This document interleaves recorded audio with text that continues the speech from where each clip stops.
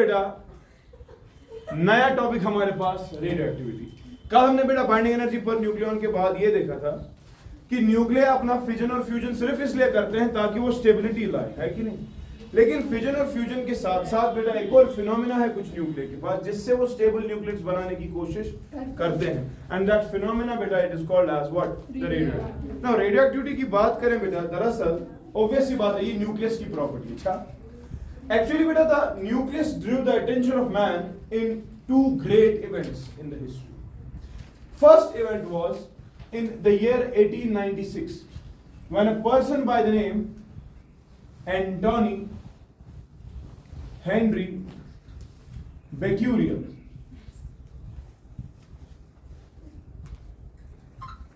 was working with some uranium salts, and there was another time बेटा in the year 1945 जब बेटा Hiroshima और Nagasaki पर atom bomb फेंका गया। ये दो ग्रेट इवेंट्स थे हिस्ट्री में जब लिटरली लोगों को न्यूक्लियस की अहमियत पता चल गई। 1896 की कहानी सुनाता हूं। हेनरी बक्यूरियल काम कर रहा था फॉस्फोरेसेंट मटेरियल्स पे। किन पे? फॉस्फोरेसेंट मटेरियल्स पे। क्यों कर रहा था इस पे काम? क्योंकि कुछ साल पहले रॉयंटजन ने दुनिया को कंसेप्ट दे दिया था एक्सरेज का। Because he did not knew anything about X-rays, he said let the rays be X, we do not know the properties, let the rays be. तो लोग बड़े उतावले थे कि हाँ पहले हम ही इसकी इंफॉर्मेशन लें। So he was working on this phosphorescent material so that he could study X-rays. इसको क्या पढ़ने थे? लेकिन अल्लाह ताला जो हमेशा तिमनी हावान इन्वेंशंस इमा मतलब तड़प स्थान किया करना, वो काम करा था इस पे लेकिन मिल गया उसको कुछ और। इसने क्या किया बेटा, इसने बहुत सारी फोटोग्राफिक फिल्म्स लाई। क्या है? Photographic films. और फोटोग्राफिक फिल्म्स को बेटा इसने रैप करा दिया अलोंग विद फ्लोरेसेंट मटेरियल। कौन सा मटेरियल? आपको मैंने पढ़ा है फ्लोरेसेंट मटेरियल किसको कहते हैं। फ्लोरेसेंट मटेरियल एक ऐसा मटेरियल होता है जो तब तक एनर्जी रेडिएट करेगा जब तक उस पर सोर्स इंसिडेंट हो। पढ़ा है कि नहीं? तो बेटा इसने फोटोग्राफिक फिल्म जो है उनको रैप कराया किससे? फ्लोरेसेंट। और उसके बाहर से बेटा एक ब्लैक पेपर चढ़ा दिया। ब्लैक क्यों चढ़ा दिया? क्योंकि ब्लैक ट्रांसमिट दिया एनर्जी का छठी new sorry experimental setup Paris के खुले मैदान में।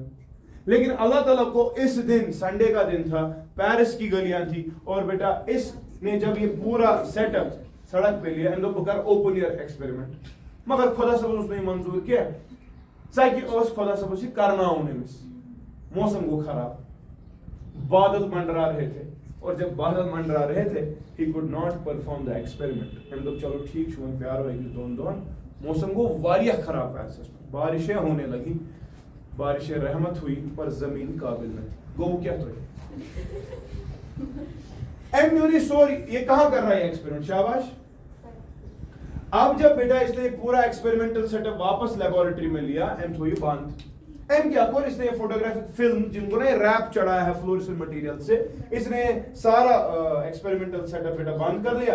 एम तो ये सिस्टम ड्रॉवर्स में कमरा कंप्लीटली बंद है, पर्दे हैं, लाइट कोई, और लाइट बाहर से भी है नहीं, क्योंकि मतलब वो वाली लाइट सनलाइट जिसको हम कहेंगे, क्योंकि बारिशें हो रही है। ठीक है, तो ये वाला मटेरियल क्या था? Fluorescent material. वो था कि नहीं? बाहर से क्या था? Black paper. अब ब्लैक पेपर तो अलाउ ही नहीं, black is an absorber, it is not a transmitter, it is not it doesn't act as an transparent system. शाकिर ना, ये हमेशा लाइट या एनर्जी को बेटा क्या करेगा? सिर्फ एब्जॉर्ब करेगा कि नहीं। तो 2-3 दिन हो गए लेबोरेटरी में गया नहीं, लेकिन ये देख रहा है अब मौसम ठीक हो गया तो एम पे अपन कर एक्सपेरिमेंट। इसने क्या किया? ये सब कमरस में लेबोरेटरी में, और लेबोरेटरी में बेटा इसने वापस से फोटोग्राफिक फिल्म वहां से निकाली drawers.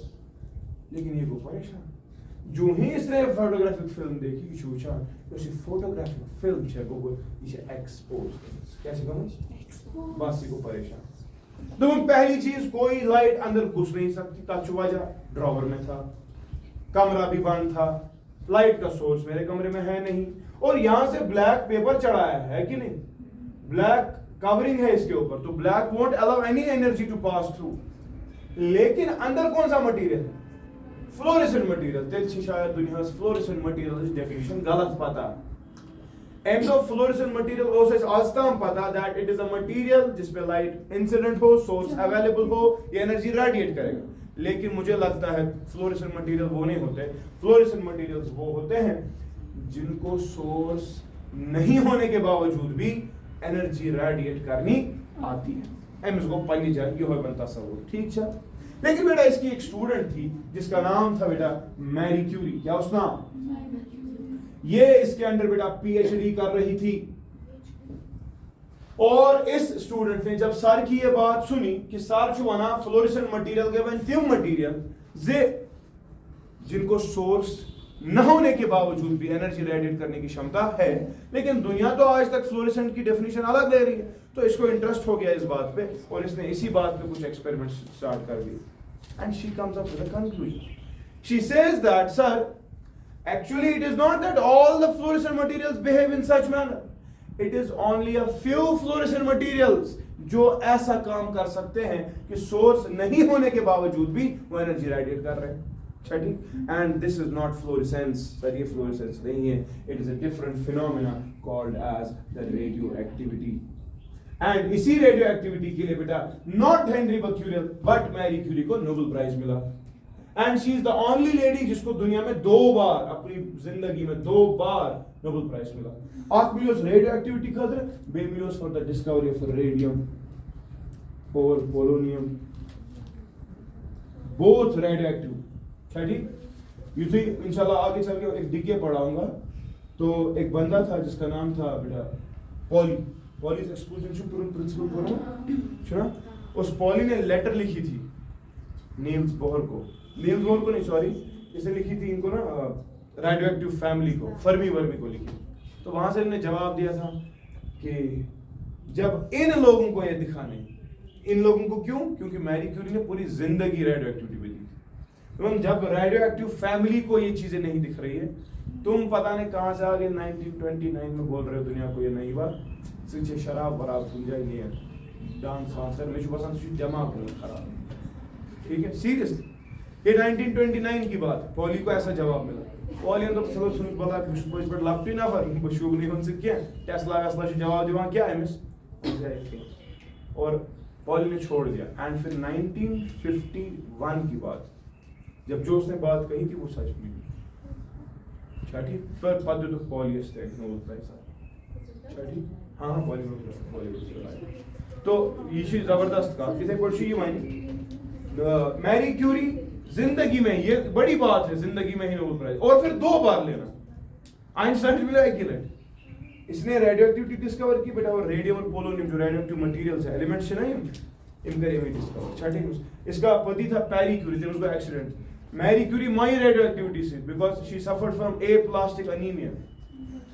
Chhathi, exposure to these बच्चों एनीमिया हो जाता है, हीमोग्लोबिन कंटेंट बॉडी में कम, shrinked and she died. Chhathi, anyways ये मुझे आपको कहना है, तो कांसेप्ट दे दिया इसने रेडियो एक्टिविटी का, थोड़ा सा था मुझे के। अब ये रेडियो एक्टिविटी है क्या बेटा? दबा रेडियो एक्टिविटी जो है it is actually the spontaneous emission. क्या छो? क्योंकि सोर्स की जरूरत तो है नहीं अब, it is the spontaneous emission of radiations and beta particles, radiations and from the nucleus of unstable atoms, it is from the nucleus. और आपको मैंने परसों कहा था, an atom in ground state can be stable, but a nucleus in ground state may not be stable. So when the nuclei are unstable, those nuclei are beta called as the radioactive nuclei. क्या शब्द? radioactive nuclei जो होते हैं बेटा, न्यूक्लियड्स जो होते हैं, उनके पास क्षमता है कि वो रेडिएशंस बाहर दे सकते हैं और पार्टिकल्स बाहर, और इनको कोई सोर्स नहीं चाहिए, इसीलिए ये कैसा प्रोसेस है?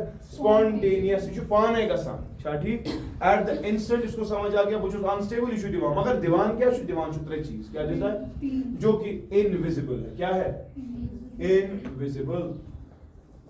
देगा क्या क्या बेटा? या तो अल्फा पार्टिकल देगा, अल्फा पार्टिकल आपको पता होगी 2-4 होता है, डबल आयनाइज्ड एलिमेंट बेटा। ये दे सकता है एक बीटा पार्टिकल, इसको आप इलेक्ट्रॉन सिंपली कहते हैं, -1,0, इसको ऐसे रिप्रेजेंट करते हैं बेटा। ये दे सकता है एक पॉजिट्रॉन, +1,0।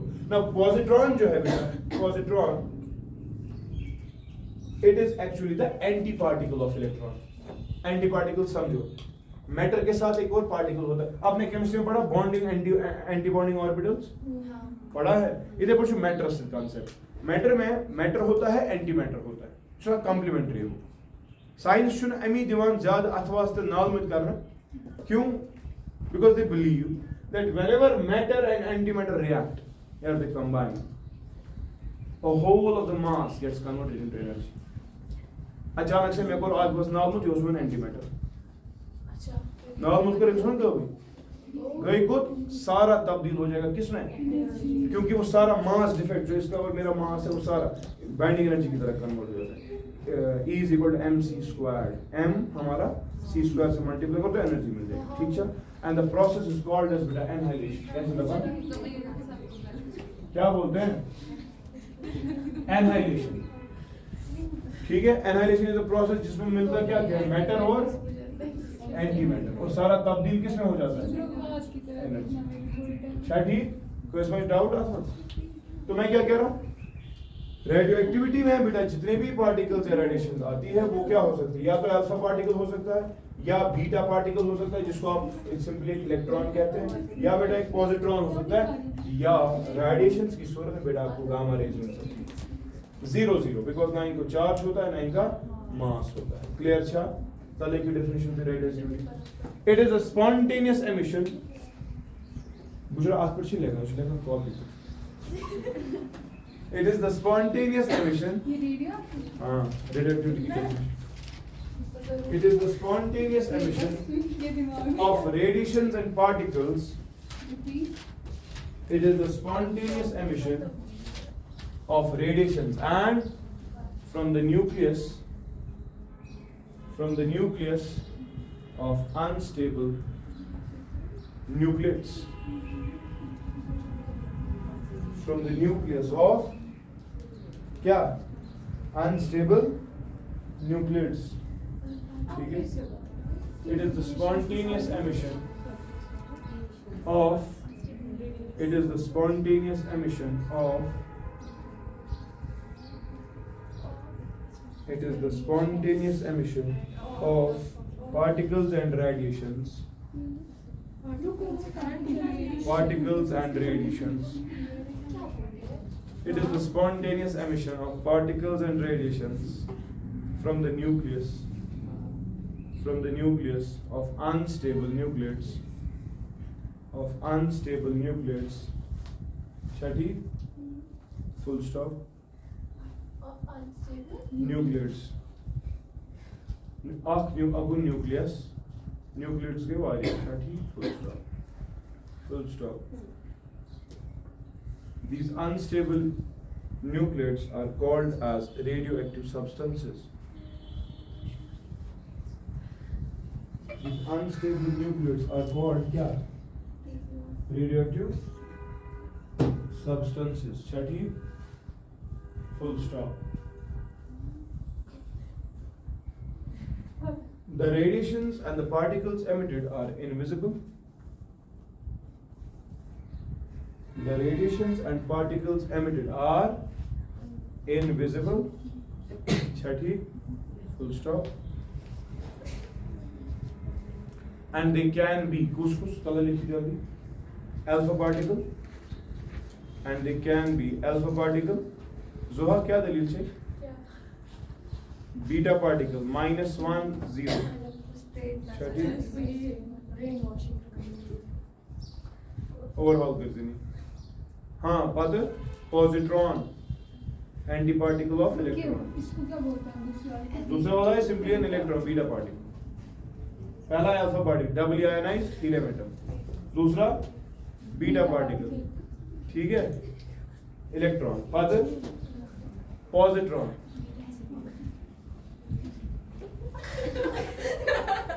पॉजिट्रॉन बीटा बट +1, 0, ठीक? And gamma radiation. Thank you. 0 0 चला यार, नहीं आपको ऐसे है बीच में 3 0 0, ठीक है? कुछ प्रॉपर्टीज लिखो बेटा radio activity. It is a stochastic phenomena. क्या प्रॉपर्टीज? हाँ properties प्रॉपर्टीज लिखो ना।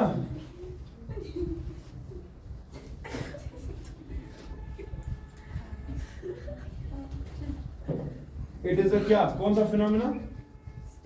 Stochastic phenomena. हाँ क्या होता है स्टोचस्टिक? क्या Now stochastic means beta random and see spontaneous का मतलब है हाँ ये खुद ही हो जाएगा, लेकिन कब हो जाएगा ये नहीं पता। स्टार्ट ये कब हो जाएगा start, we do not know anything about it। अच्छा ठीक, so that is called as stochastic phenomenon। It is random and impossible to be predicted।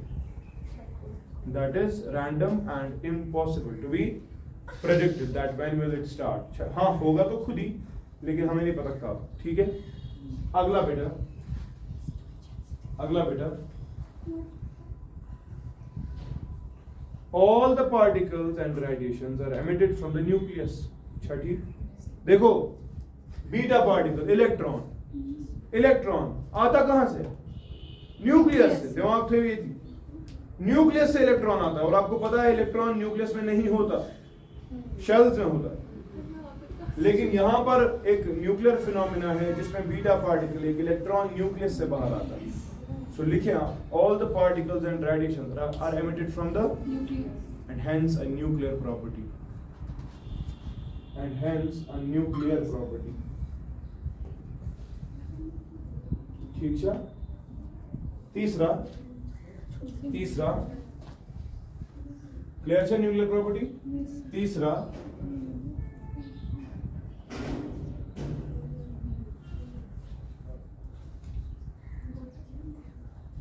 the process of radioactivity continues till stable nucleates are obtained। एक होता रहेगा, जैसे परसों हमने देखा ज़ेनन जब तक सीरियम नहीं बना, जब तक उसको नहीं लगा कि बाहर साथ रेंजेस में, तो तब करना था continuously proton into neutron into proton change. इधर पूछिए इधर, यहाँ पर तब तक alpha radiations, beta radiations, gamma radiations बाहर आएगी जब तक आपका स्टेबल डॉटर न्यूक्लियर पैदा नहीं होता। ठीक है, next continuous and continuous till stable nuclears are obtained। क्या it continues till stable nucleates are obtained। ठीक है, अगला it involves huge energy। it involves क्या? it involves huge energy and thus is independent of temperature and pressure, and thus is independent of क्या?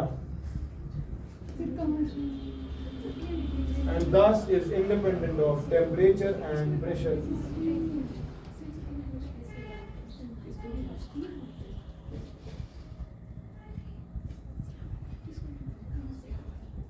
ठीक है, तिल का पर डिपेंड करा, लिखो it depends on the concentration of temperature and pressure पे नहीं डिपेंड करते।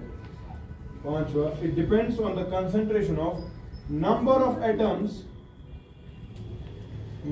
Atoms of radioactive substance. Depends on the number of atoms of radioactive substance. छठा बेटा सुनो, radioactive substances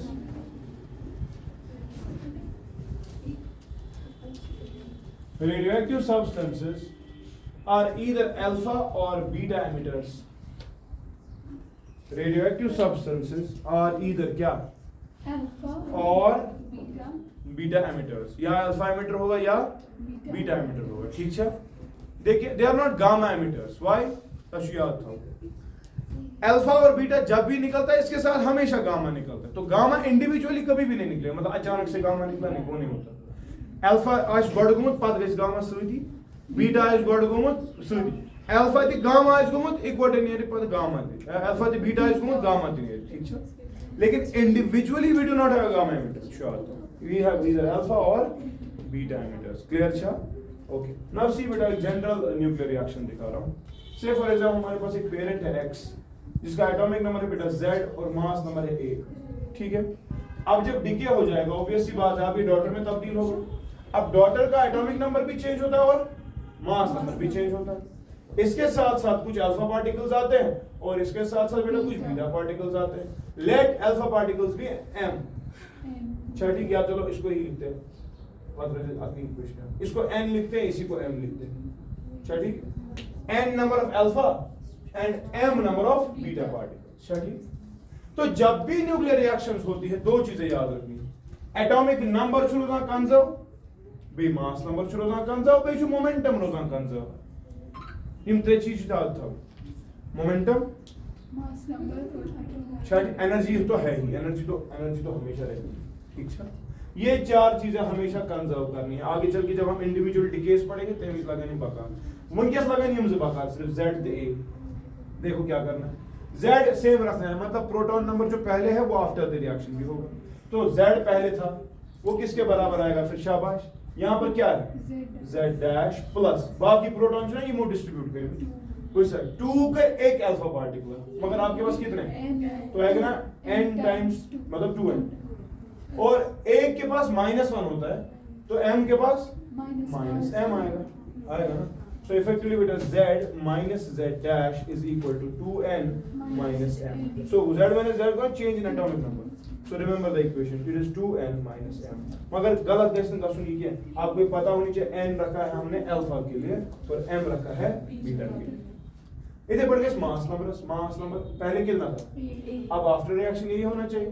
So it will be a dash हाँ plus 4 है एक के पास 4 है ना, और इसके पास तो 0 ही। तो which implies बेटा a minus a dash is equal to 4, तो change in mass number is 4 times n, अच्छा ठीक। इसमें क्वेश्चंस आते हैं, ठीक है। तो के लिए कॉपी क्वेश्चन आप लिखिए, ये कॉपी करो question.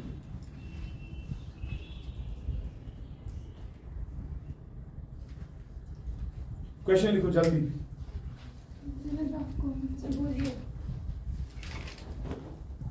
A nucleus with atomic number 88, a nucleus with atomic number क्या 88 and mass number 200, a nucleus with atomic number 88 and mass number 200 decays through a series of alpha and beta radiations, decays through a series क्या of alpha and beta radiations, ठीक है ना, full stop। To a nucleus with atomic number, to a nucleus with atomic number, क्या atomic number पहले कितना था 88 था, 82 and mass number 184, ठीक है। तो once you calculate number of alpha and beta particles, calculate number of alpha and beta particles, गलत करो बेटा।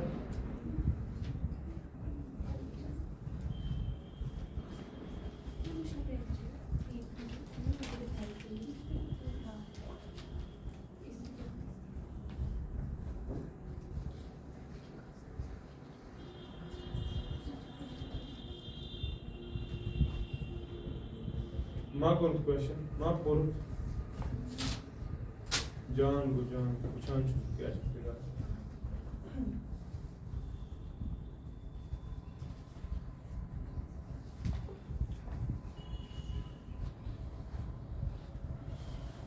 शाबाश जोश बनाओ। एटॉमिक नंबर कितने से चेंज हुआ, एटॉमिक नंबर कितने से चेंज हुआ, 6, तो बस डेल्टा Z 6 है, 2n minus m, सुना ठीक। मास नंबर कितने से चेंज हुआ 16 से, 4 टाइम्स 4 1 4, तो n कितना निकला, अरे निकला ना। अब n यहाँ पे सब्स्टिट्यूट कर दो, तो 6 is equal to 2 into 4 minus m, m is equal to 8 minus 6 तो आंसर सो पता लगा अल्फा निकले हैं 4 अल्फा निकले हैं 4 और बीटा 2 निकले क्लियर हुआ समझ आ रहा है जरा एक और क्वेश्चन लिखो मैं दिखा रहा हूं x को अल्फा डिके हो गया क्या हो गया सो मैंने y फिर y को बेटा 2 बीटा डिकेज हो गए 2 बीटा डिकेज तो बन गया z ठीक है सवाल बताइए क्या है x और y और x और z इनका रिश्ता क्या है x और z का रिश्ता क्या है x और z को क्या कहलाएंगे हाँ इस रिश्ते को क्या कहलाएंगे वही उसका कुछ मतलब वचना नहीं कि ये रिश्ता क्या कहलाता है सानिया वो यहाँ से इस प्यार को क्या मैं नाम यही बोलने वाली थी साथ निभाना सीधा जवाब क्यों देता हूँ देखो बेटा सपोज ये z था ये a था हाँ दिमाग लगाना मैं क्या कह रहा हूँ z और a था तो अल्फा जब कम हो जाता है अल्फा तो याद कैसा एटॉमिक नंबर 2 से कम क्योंकि जिंदगी आप क्या खोज रहा हूँ मैं लिखना आपको याद अल्फा होता है 2 और 4 होता है तो यार z माइनस 2 हो जाएगा वैसा लेकिन a माइनस 4 हो जाएगा उसके बाद क्या हो रहा है ट्वाइस लेकिन बीटा होता है माइनस 1 0 तो मास नंबर तो यही रहेगा a माइनस 4 लेकिन माइनस 1 समझना दो इससे निकाले हमने तो माइनस 1 का मतलब इसको ऐड करना है वापस वो करना है कि नहीं तो आएगा z minus 2 plus 1 z minus 2 plus 1 so you know वापस z आएगा so how are x and z related इनका ये सेम है हाँ atomic number mass number different क्या बना isotopes so after one alpha and 2 beta emissions isotopes are generated बात सीखा कि नहीं बताया था ना उस दिन वो पढ़ना वो आइसोटोप आइसोटोप वो भी मैंने नहीं देखा मत देखा मैंने हमारे छोटे शुरू करते हैं कोई बात कि ना आई विल स्टॉप हियर